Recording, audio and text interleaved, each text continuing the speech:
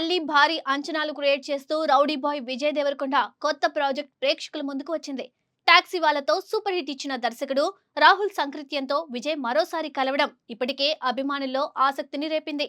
తాజాగా ఈ periodic action డ్రామాకు సంబంధించిన ఫస్ట్ గ్లింప్స్ విడుదల చేయగా సినిమాకు సంబంధించిన టైటిల్ ను కూడా అధికారికంగా ప్రకటించారు.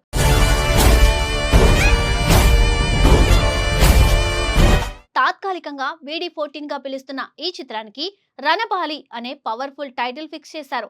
ఈ గ్లింప్స్ తోనే సినిమా స్థాయి ఏ రేంజ్ లో ఉండబోతుందో స్పష్టంగా కనిపిస్తుంది. బ్రిటిష్ పాలన నేపథ్యంగా తీసుకుని రూపొందుతున్న ఈ చిత్రం అప్పటి శపించబడిన భూమి, ఇంకా ఆ భూమిని రక్షించేందుకు పోరాడిన ఒక లెజెండరీ హీరో కథగా ప్రేక్షకుల ముందుకు రానుంది. గ్లింప్స్ లో చూపించిన విజువల్స్, బ్యాక్గ్రౌండ్ నరేషన్, పాత్రల తీవ్రత అన్ని సినిమాపై భారీ బజ్ క్రియేట్ చేస్తాయి.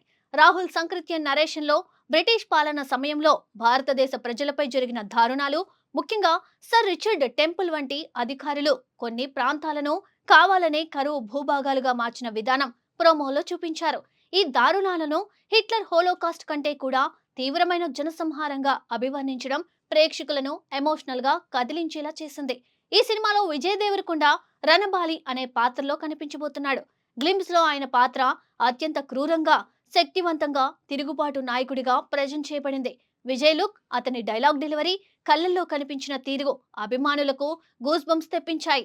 ఇక హీరోయిన్ గా రష్మిక మందన్న జయమ్మ పాత్రలో కనిపించగా ఆమె పాత్ర కూడా కథలో కీలకంగా ఉండబోతుందన్న టాక్ వినిపిస్తుంది. ఇక విలన్ పాత్రలో హాలీవుడ్ నటుడు ఆర్నాల్డ్ వోస్లు నటిస్తున్నాడు. మమ్మీ సినిమాలో ఎలా భయపెట్టాడో ఇప్పుడు సేమ్ ఆయన సర్ థియోడర్ హెక్టర్ అనే బ్రిటిష్ అధికారిగా కనిపించి అంతకంటే క్రూరంగా ప్రజల్ని హింసించే స్థాయిలో ఉండబోతున్నాడు.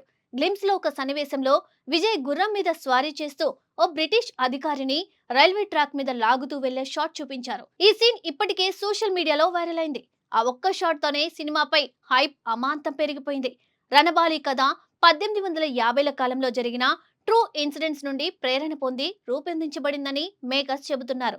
1850 నుండి 1900 మధ్య కాలంలో జరిగిన కొన్ని సంఘటనల ప్రధాన చరిత్ర పుస్తకాలలో రాయలేదని, బ్రిటిష్లు కావాలని కొన్ని నిజాలను వక్రీకరించి స్వాతంత్ర సమర యోధులను అడవి వాళ్ళు, తిరుగుబాటు దళాలుగా చిత్రీకరించారని కథలో చూపించనున్నారని సమాచారం.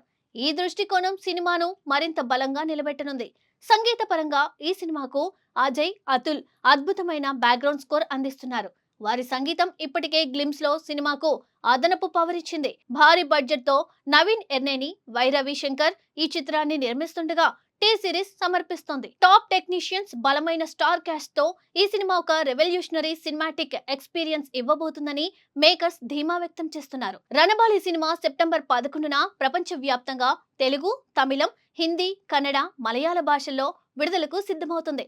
పాన్ ఇండియా స్థాయిలో విడుదలవుతున్న ఈ చిత్రం విజయ్ దేవరకొండ కెరియర్ లో ఒక మైలురాయిగా నిలవబోతుందని అభిమానులు ఆశిస్తున్నారు. గ్లింప్స్ తోనే భారీ అంచనాలు క్రియేట్ చేసిన రణబాలి విడుదల వరకు మరిన్ని సంచలనాలు సృష్టిస్తుందో చూడాలి.